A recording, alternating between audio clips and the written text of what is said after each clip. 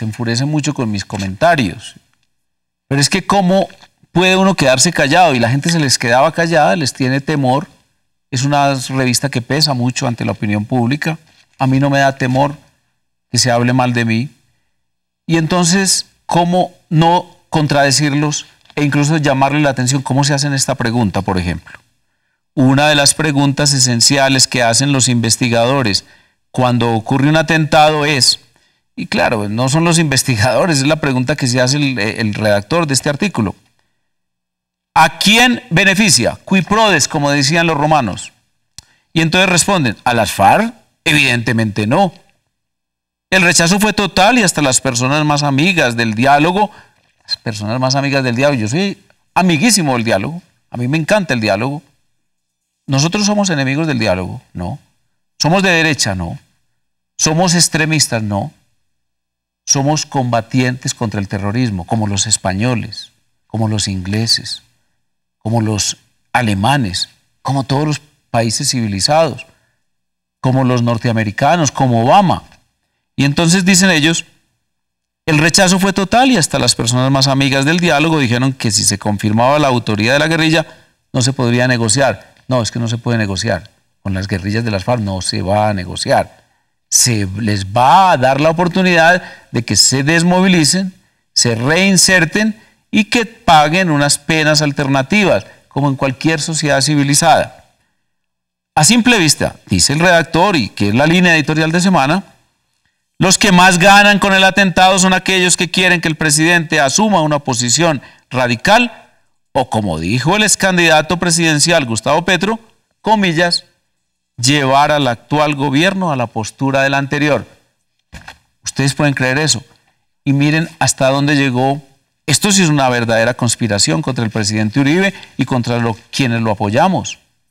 Fue una casi que directa sindicación de terrorismo a los luchadores contra el terrorismo, a quienes combatieron y fueron premiados por el pueblo colombiano con 9 millones de votos, se les comienza a sindicar de terroristas. Se nos comienza, porque ahora les voy a mostrar una cosita. ¿Saben qué dijo el presidente del Senado de la República de Colombia, miembro del partido de la U, el partido fundado por el presidente Santos, el partido que lleva como sigla la U, ¿qué quiere decir Uribe? El partido de la lucha contra el terrorismo, un partido que combate al frente del Partido Conservador y de las fuerzas uribistas a todas las facciones terroristas. ¿Saben lo que dijo el señor presidente? Y lo dijo nada menos que en Telesur, una cadena dedicada a propalar los infundios más terribles, las mordacidades, las barbaridades más grandes contra el gobierno, el Estado, la sociedad y los dirigentes colombianos. Oigan lo que dijo. Ya a nivel personal, yo creo que eso fue hecho por fuerzas de extrema derecha, por la forma como operaron. El mensaje que quisieron mandar fue al nuevo presidente. En el sitio que lo hicieron fue para que tuviera un dinamismo, un eco mucho mayor de lo que antes había pasado en materias de terrorismo. Eso fue lo que dijo. Qué vergüenza lo que dijo. Y entonces miren ustedes, un gran analista de esta corriente nuestra. Un gran analista que hay que leerlo, búsquenlo siempre en internet, búsquenlo en la emisora del doctor Fernando Londoño Hoyos, que pasa por Radio Super en Bogotá y en muchas partes del país, y que pasa por 1350 en Medellín, una emisora local, y que pasa creo que también por 1350 en Cali.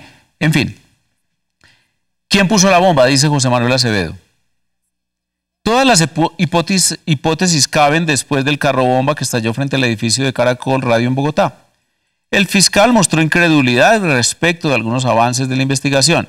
Darío Arizmendi dejó sembrada la duda cuando aseguró que la policía había retirado su puesto de control semanas antes del atentado. Entre tanto, dice José Manuel Acevedo, la izquierda colombiana ya tiene su teoría. Aquí ustedes acabaron de oír, pero oiga cómo la expresa bien José Manuel Acevedo. El pasado fin de semana, las columnas de Felipe Zuleta, Ramiro Bejarano y Daniel Coronel se casaban con la idea de que la extrema derecha era la responsable de aquel acto terrorista. Fueron más allá y casi apuntaron al expresidente Álvaro Uribe para decir que la melancolía del poder, ¿cómo les parece? Que la melancolía del poder había llevado a un grupo de sus más cercanos seguidores. José Manuel está diciendo la verdad. José Manuel está traduciendo esas columnas. Llevaron a sus seguidores a dejar el Swift con luces de parqueo frente a las instalaciones de la emisora. Y entonces dice José Manuel, qué pena, ahí está mi nombre, pero vergüenza me da leer. Pero yo creo que José Manuel tradujo muy bien esas columnas. Imaginé entonces a Ernesto Llanjure, José Obdulio Gaviria, a Andrés Felipe Arias y de pronto al propio Uribe, reunidos a medianoche en la casa de Río Negro, urdiendo el plan macabro. Todo concuerda. Para estos enfermos antiuribistas, y parece que para ellos el próximo fin de semana veremos las imágenes agrandadas en Noticias 1 y descubriremos que los que manejaban esa madrugada el carro bomba eran ni más ni menos Jerónimo y Tomás Uribe. Y se pregunta José Manuel Acevedo, ¿por qué exculparon a las FARC tan rápido?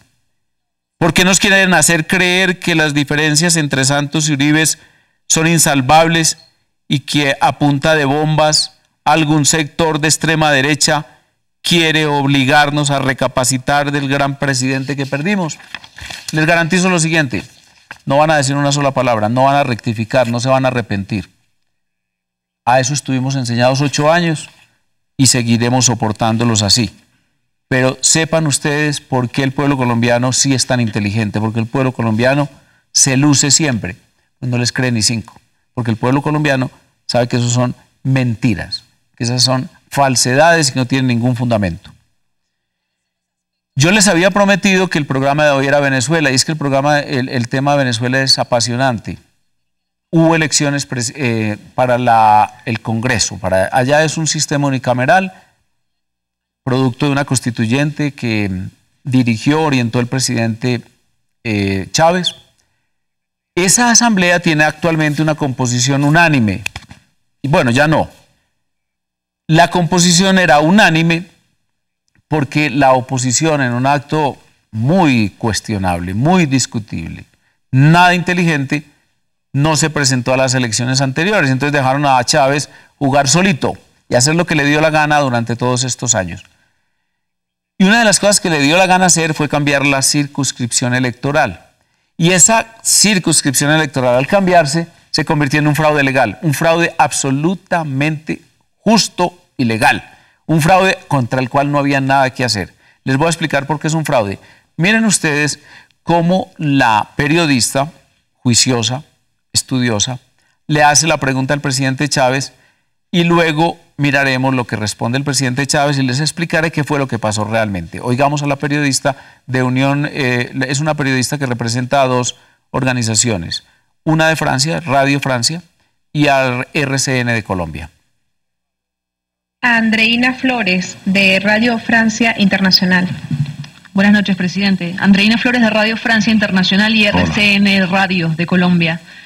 Usted ha hablado de un resultado de 5.4 millones de votos para el Partido Socialista Unido de Venezuela contra 5.3 millones de la Mesa de la Unidad, y la diferencia entre ambas cifras es de apenas 100.000 votos. Y para muchos, sobre todo aquellos que nos escuchan en otros países, es difícil de entender que obteniendo casi el mismo número de votos que el Partido Socialista Unido de Venezuela, la oposición haya alcanzado 37 escaños menos que el PSUV. Me pregunto si se estaría confirmando la tesis de la oposición que sostiene que la redistribución del peso de los circuitos electorales se hizo con toda la intención de favorecer al PSUV, o que quizás, peor todavía, que el voto del PSUV sería el que vale por 2. Y también quería preguntarle sobre una noticia que es actualidad en toda Colombia. De hecho, nos están escuchando en vivo a través de RCN en la radio. La senadora Piedad Córdoba fue destituida por la Procuraduría de Colombia e inhabilitada por 18 años. Usted, que es tan allegado a la senadora Córdoba, ¿cuál sería su reacción sobre esta decisión? Gracias. Bueno, vamos a hablar solamente de la primera pregunta, la referente a las circunscripciones. Miren ustedes, cualquiera que esté oyendo a la periodista sabe muy bien, bueno, cualquiera que haya estudiado ciencia política o que sea experto en el tema, y que, pues, en el caso concreto, pues yo he estudiado el tema. uno ahí mismo sabe qué pasó. ¿Qué pasó? En el año 1812, oigan el año, 1812, en Massachusetts había un gobernador muy avispado y observó que si cambiaba las circunscripciones, es decir, le daban más diputados, en el caso norteamericano, senadores estaduales, a una determinada circunscripción o región, en contra de otra, entonces modificaba la composición del Congreso. ¿Por qué? Porque si yo tengo, por ejemplo, mucho voto campesino y le doy más fortaleza al voto campesino frente al voto urbano, entonces yo gano votos y le quito al contrario. Igualmente ocurre cuando, por ejemplo, se le da mucha votación a unas circunscripciones donde un partido es muy fuerte y otro es más débil. Es el caso, por ejemplo, del gobierno del presidente de Gaulle en Francia. El presidente de Gaulle en Francia hizo lo siguiente: cuando observó que era inminente un triunfo del Partido Comunista francés frente a su coalición de gobierno, entonces modificó la estructura de las circunscripciones para que el gobierno tuviese más diputados que el Partido Comunista francés.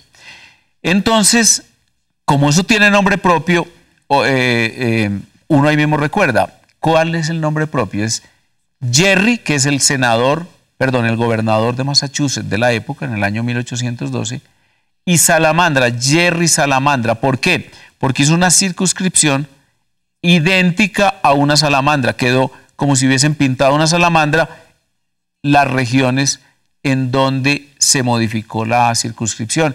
E hizo que Gerry, el gobernador, obtuviese una muy fuerte votación a su favor. Era el grupo jeffersoniano, el grupo del presidente Jefferson, del que estamos hablando. Entonces el presidente Chávez, como hace lo que le da la gana, porque tenía una total y absoluta unanimidad en su asamblea, después aparecieron unos 20 diputados que se le enfrentaron y que fundaron ahí un pequeño partido, Patria para Todos, que obtuvo ahora 2 curules. Pero él estuvo práctica y absolutamente solo, y entonces él modificó las circunscripciones. Es decir, cuando los venezolanos fueron a elecciones sabían que había una trampa, y es una circunscripción hecha por algún experto conocedor del sistema llamado Gerry Salamandra, que hizo que donde Chávez iba a obtener muy buena votación, hubiese más diputados, o si hubiese más asambleístas. Y donde iba a tener menos votación, tuviese menos diputados. Efectivamente, la periodista le dijo lo que había pasado. Eso es la síntesis de lo ocurrido en Venezuela. Ahora bien, lo que tiene que hacer la oposición, y seguramente lo hará a partir de ahora, es primero una fuerte presencia, bloqueo de esas normas que pretenden transformar para mal la sociedad venezolana y conducirla hacia una economía tipo Cuba. Y tercero, intentar reforzar su trabajo en esas circunscripciones en donde está más fuerte el chavismo, a fin de que en las próximas elecciones, en donde tenga oportunidad de incidir en la composición de la Asamblea, pueda obtener una mayor representación. Lo más interesante es que de todas maneras se demuestra con estas elecciones que el presidente Chávez puede ser derrotado y que la tarea, la consigna de la oposición venezolana debe ser la unidad. Una unidad para enfrentar los terribles peligros que la sociedad venezolana y la contaminación además que la sociedad latinoamericana pueda tener, está hoy abocando por obra y gracia de la presencia en el poder del presidente Chávez. Vamos entonces, dejamos el tema de Ecuador en el tintero, sigue el tema del inefable padre Giraldo, que siguió haciendo de las suyas frente al presidente Uribe, movilizando sus grandes masas, 4 o 5 presuntos estudiantes en contra del presidente Uribe y carticas de pseudointelectuales en contra de las clases aplaudidas por los estudiantes de la Universidad Georgetown.